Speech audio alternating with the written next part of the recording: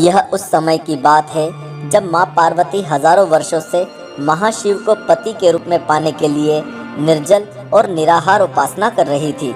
इस उपासना काल में देवों और ऋषियों के द्वारा कई बार से उनकी परीक्षा ली जा चुकी थी और सभी ने उन्हें महाशिव के सर्वथा योग्य पाया था। इसके बाद स्वयं शिवजी ने प्रकट होकर उन्हें तपस्या के फलस्वरूप वरण का आशीर्वाद दिया था। इसके बाद भी महादेव एक बार उनके मन को परख लेना चाहते थे।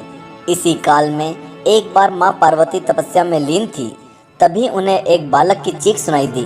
उन्होंने देखा कि पास ही तालाब में एक बालक को मगरमच्छ ने पकड़ रखा है। बालक ने माँ से अपनी रक्षा की गुहार लगाई। उस बालक की पीड़ा देख पार्वती जी का मन भर आया। उन्होंने मगरमच्छ से प्रार्थना की कि इस बालक को छोड़ दो। मगरमच्छ ने कहा, यह बालक भगवान ने उसके भोजन के निमित्त भेजा है, वह उसे क्यों छोड़े। माता पार्वती ने उन्हें बहुत समझाया कि एक नन्हे बालक को मारकर उसके माता पिता को और स्वयं उन्हें दुखी न करें, पर मगरमच्छ मानने को तैयार न था। अंततः मगरमच्छ ने कहा कि यदि इस बालक के बदले में मुझे कुछ ऐसी प्राप्ति हो जो मेरा कल्याण कर दे तो मैं इसे छोड़ने को तैयार हूँ। मगरमच्छ की बात सुन पार्वती ने कहा कि यदि ऐसी कोई वस्तु मेरे पास है जिसे लेकर तुम संतुष्ट हो सकते हो तो मैं सहर्ष तुम्हें देने के लिए तैयार हूँ। इस पर मगरमच्छ ने कहा कि आपने हजारों वर्ष तप किया है, उस तप का फल आप मुझे दे दें तो मैं अभी इस बालक को छोड़ दूंगा।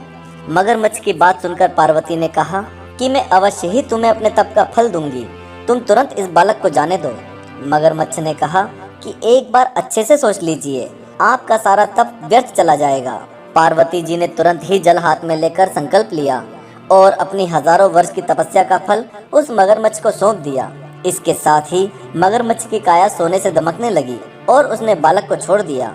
इसके बाद पार्वती जी ने सोचा कि मैंने अपनी तपस्या का फल तो दान कर दिया, अब महादेव को पाने के लिए मुझे वापस तपस्या करना चाहिए। इतना सोचकर वे वापस तपस्या का संकल्प लेने लगी। तभी महादेव प्रकट हुए और बोले, पार्वती वापस तपस्या क्यों करने लगी। पार्वती ने कहा, प्रभु मैं अपने तप का फल दान कर चुकी हूँ और आपको पाना ही मेरे जीवन का एकमात्र उद्देश्य है, इसलिए मैं फिर से तपस्या कर आपसे आपको ही मांग लूंगी।